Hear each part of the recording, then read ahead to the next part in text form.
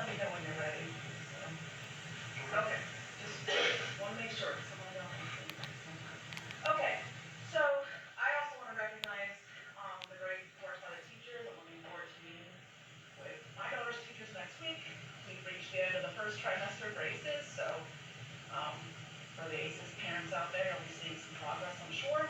I also want to mention that tomorrow is the NHS blood drive. I think that was mentioned. And we have the boys soccer game, the annual alumni game coming up.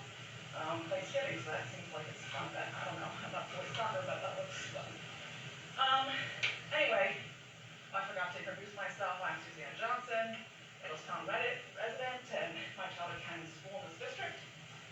As a taxpayer parent, I am frustrated seeing taxes increase while students continue to struggle with reading and math.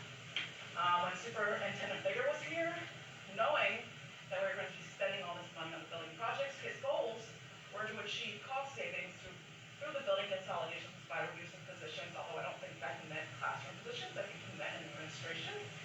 But that certainly doesn't seem to be a goal anymore with our central office positions, especially.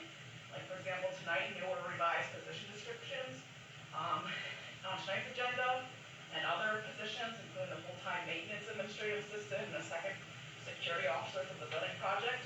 May be important, but they're not making a difference in the classroom. You spent a considerable time developing a new mission and vision statements and mapping curriculum to standards, and you've been very slowly, in my frustration, implementing the evidence-based science of reading methods. You introduced yet another automated assessment and instruction tool with iReady this year, but I can tell you my daughter has completed plenty of automated lessons, unfortunately often not learning the skills because she actually needed a teaching professional to help her, not just a computer program. And it's not just the students and parents wanting more help from me. Tonight, Ms. Moran mentioned that they were looking at budgetary needs for differentiated instruction. Dr. Berryman, when she was at the high school, and Principal Golden have mentioned needing co-teaching to help having like 2 teachers in a classroom when the students are needing more help.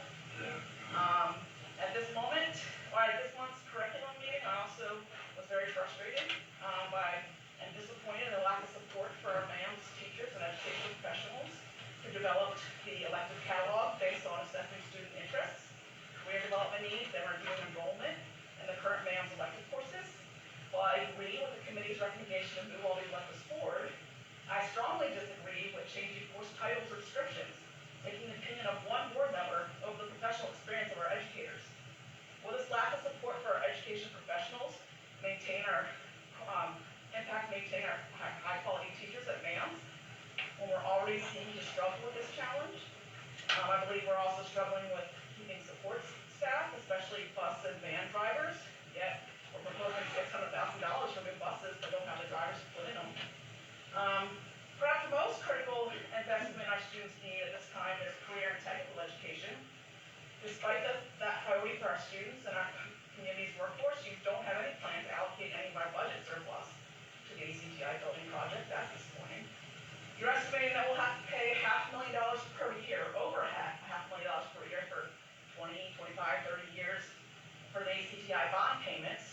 You plan to gradually increase taxes 1% each year for 3 years to build up to that annual commitment. But why not also set aside money from these budget surpluses of $3.75 million and $4 million last year, and who knows next year?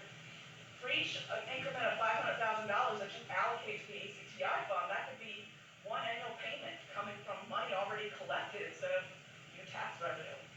Perhaps half the fiscal year 24 budget surplus and any future allocations should be split 50-50 between the capital reserve and the ACTI project. That would ensure funding for both ACTI and our highest priority capital projects within this district.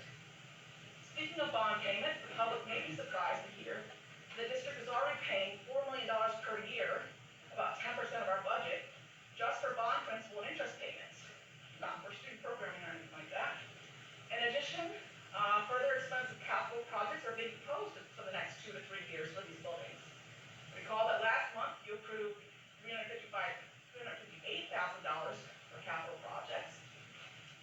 You recently celebrated receiving 2 facility grants of $500,000 each.